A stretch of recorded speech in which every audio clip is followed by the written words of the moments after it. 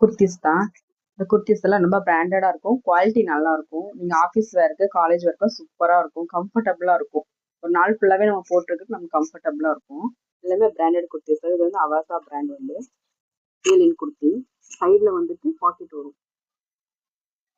சைடுல பாக்கெட் வருது. ஸ்லீவ் வந்துட்டு எல்போ ஸ்லீவ்.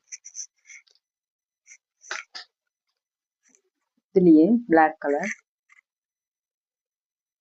இதுவும் ஏலியன் குர்த்தி தான். இது ஸ்லீவ் வந்து 3/4 ஸ்லீவ் வச்சிருக்காங்க. 3/4 ஸ்லீவ் வந்து துணி சூப்பரா இருக்கும்.